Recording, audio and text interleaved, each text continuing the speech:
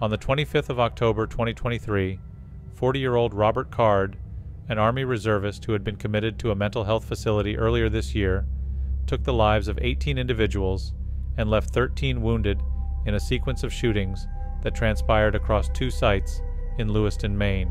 The initial attack unfolded at the Just-in-Time Recreation Bowling Center amidst a youth league gathering, followed by another mass shooting minutes later at the Schemengees Bar Grille Restaurant. Good evening, I'm Juju Chang at ABC News headquarters here in New York, and we're interrupting your regular programming with breaking news. We're learning details about what officials are calling a mass casualty event playing out in Lewiston, Maine, home to Bates College, about 45 minutes north of Portland, Maine.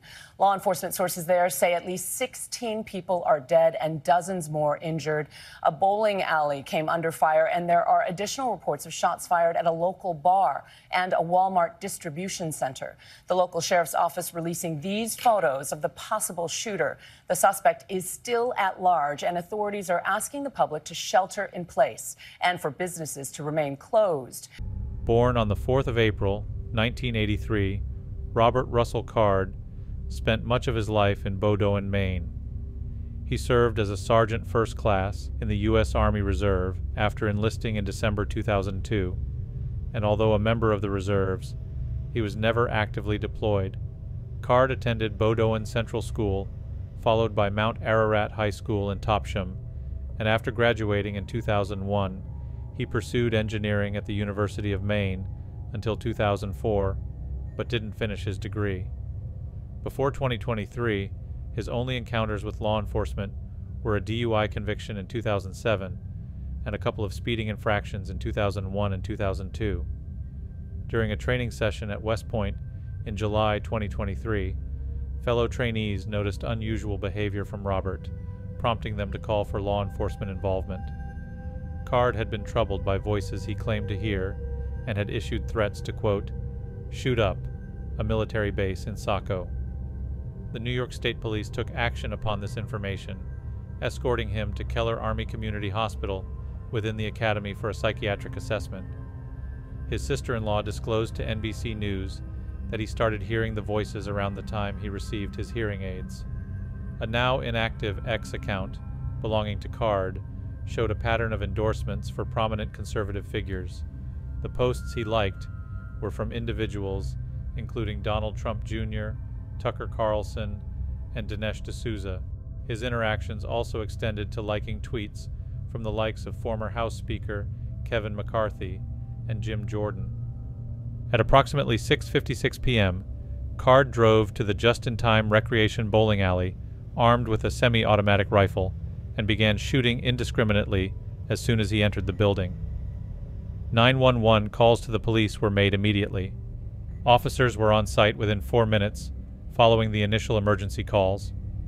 Undercover officers, who were at a close-by shooting range, heard the gunfire and responded also. Within minutes, 7 people were killed at the bowling alley, and Card fled the scene. Moments later, at 7:08 p.m., another shooting was reported at the Schemengees Bar Grille Restaurant, just 4 miles south from Just-in-Time. Response teams arrived on the scene in 2 minutes. 8 people had been killed at this location, with 7 of them being inside the bar and an 8th victim outside. 3 additional victims ultimately died later at a hospital. At 8:06 p.m., Maine State Police issued an alert warning of the active shooter situation and warned residents to shelter in place with their doors locked. Around the same time, the Androscoggin County Sheriff's Office shared photos of a man armed with a rifle who was wearing a brown sweater and blue pants, and a photo of his 2013 Subaru Outback. The man was quickly identified as Robert Card. Around 3 hours following the shooting, law enforcement officials in Lisbon, roughly 8 miles to the southeast of Lewiston, discovered Card's abandoned car near a boat launch on the Androscoggin River. A legally purchased Ruger SFAR rifle was discovered in the car, though forensic testing has yet to confirm whether this gun was the one used in the shooting at the time of this recording. A massive manhunt ensued, with officials focusing on the waters near the dock where Card's car was found. The following day, police also surrounded and searched a house in Bowdoin, which was Robert Card's most recent address. It's unclear what was found in the home, but authorities say they did find a note Card left behind. The note was to a loved one, left bank account numbers, and the password to his phone, and was written with the tone and tenor that the author was not going to be around by the time it was found.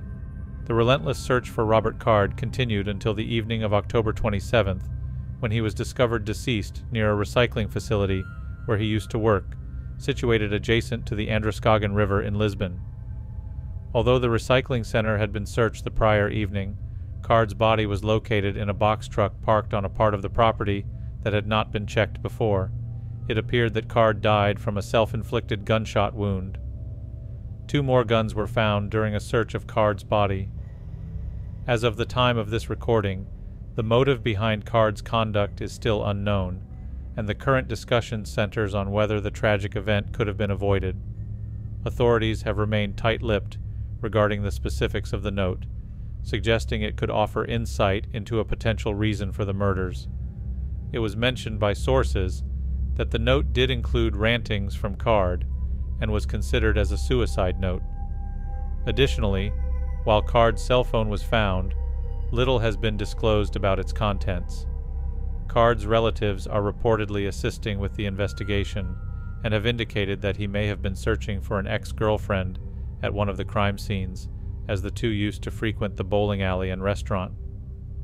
Card had begun using hearing aids due to his impaired hearing and alleged that he could overhear derogatory remarks about him, specifically at the locations of the bowling alley and restaurant where the shootings unfolded. On the night of the shooting, the restaurant was hosting a cornhole tournament for the deaf community, and tragically, some participants were among the victims in the shooting. There were seemingly clear indicators of risk with Card, including his threats to a National Guard facility and significant mental health issues. Maine's gun regulations are notably lax, not requiring permits or background checks for the purchase or concealed carry of firearms, and the ownership of semi-automatic weapons is permitted. While the state lacks a red flag law to stop potentially dangerous individuals from acquiring or having guns, there is a yellow flag law allowing relatives to seek a temporary restriction on a family member's access to firearms during a mental health emergency. Card was indeed detained for a psychiatric evaluation earlier in the year, but the subsequent actions taken are unknown. Additionally, whether Card's family or military superiors took measures to curtail his access to guns remains uncertain. Months prior to the shooting, Card was denied a purchase at a gun store in Maine when attempting to acquire a silencer for his assault rifle, after he had marked a checkbox on the application indicating a history of mental institutionalization. This incident ranks as the 10th most lethal mass shooting in the United States, making it not only the most tragic shooting in 2023, but also the most severe in Maine's history. 53-year-old Tricia Asselin worked part-time at the Just-in-Time Recreation Bowling Alley. She had Wednesday night off, but went bowling with her sister. Tricia is remembered as a loving mother who had a great passion for life, was always happy-go-lucky, and a fun person to be around. 48-year-old William Brackett, who went by Billy, didn't let being deaf interfere with anything he wanted to do, including playing multiple sports. He loved basketball, soccer, baseball, and softball. As a teenager, he served as a bat boy for a high school baseball team and would stand in the dugout teaching the players sign language. As an adult, he taught children how to play basketball in a summer recreation program, and more recently was teaching his 2.5-year-old daughter how to fish. 40-year-old Peyton Brewer-Ross was a dedicated pipe fitter at Bath Iron Works who left behind a partner, young daughter, and friends. His brother stated he passed while doing what he loved, playing cornhole and enjoying friends. Peyton and his fiancée Rachel had just celebrated the second birthday of their daughter 2 weeks earlier. 36-year-old Joshua Seal was a sign language interpreter, widely known as the ASL interpreter for Dr. Nirav Shah's pandemic briefings. Joshua Seal was a husband, a father of 4, and a tireless advocate for the deaf community.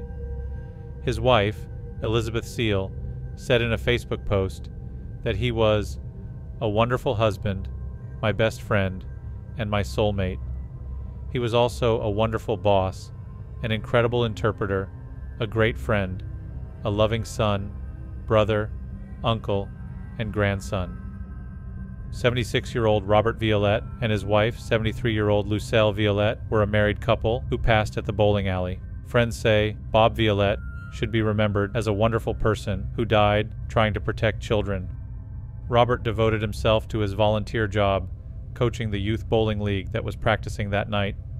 He was described as unfailingly approachable and caring. Lucielle served the public for over 52 years and was a mentor, providing various levels of guidance and care to many from youth bowling, life mentoring, and more. 51-year-old Michael Deslauriers and 51-year-old Jason Walker were best friends since kindergarten, who were at just-in-time recreation. They were both shot as they made sure their wives and several young children were under cover before they charged at the shooter. 57-year-old Joe Walker was the bar manager at Schemengees Bar and Grill. He was shot twice in the stomach as he went after the shooter with a butcher knife, dying as a hero. 42-year-old Arthur Strout was playing pool with his father at the bar. His son wanted to stay and play a couple more games, but his father left shortly before the shooting. Strout was a father of 5 and a family-oriented person who loved playing pool and cooking Italian food. 41-year-old Bryan McFarlane was a commercial truck driver and a member of the deaf community. McFarlane grew up in Maine. He spent a lot of time in Vermont, where he became one of the first deaf people in the state to get a commercial truck driver's license. McFarlane would go to the bar every Wednesday to play cornhole. He loved socializing with the deaf community, his friends, and would give the shirt off his back to anybody. 45-year-old Stephen Vozzella was a U.S. Postal Service worker and a member of the Deaf Cornhole League. Vozzella was a member of Branch 241 of the labor union. Vozzella also was a member of New England Deaf Cornhole, which planned to have a moment of silence for him at an upcoming tournament in November. The organization said he brought excitement and a huge smile to the game. 34-year-old Thomas Conrad worked as a general manager at the bowling alley. A co-worker said what he remembers most about Conrad is his love of the kids. Every kid that came in, he wanted to make sure they had the best time they ever did. Conrad was also an Army veteran who served in Iraq and Afghanistan. 35-year-old Maxx Hathaway was a stay-at-home dad with 2 daughters and a third on the way. Hathaway, who enjoyed playing pool, was at the bar. His wife, Brenda, had left earlier when one of their children started to get an attitude. Hathaway had been working on completing a bachelor's degree in business administration at the University of Southern Maine. He had just received his diploma in the mail on the day he was killed. 64-year-old Keith Macneir was celebrating his birthday by visiting his son in Maine. His son, Breslin Macneir, said he had asked his father to wait for him at the bar while he attended a meeting for about an hour. Keith Macneir worked for the Virgin Islands National Park, most recently as the chief of maintenance. 55-year-old Ronald Morin is remembered as a devoted family man. He was a man who always put others before himself and looked for the humor and positivity in even the most tragic circumstances. Morin worked as a sales merchandiser for Coca-Cola Beverages Northeast. He was an avid ice and floor hockey, softball, and cornhole player, and liked to umpire softball. 44-year-old Bill Young and his 14-year-old son Aaron were at just in time for the Youth League night. Bill was an auto mechanic and was known as a funny guy who was dedicated to his family.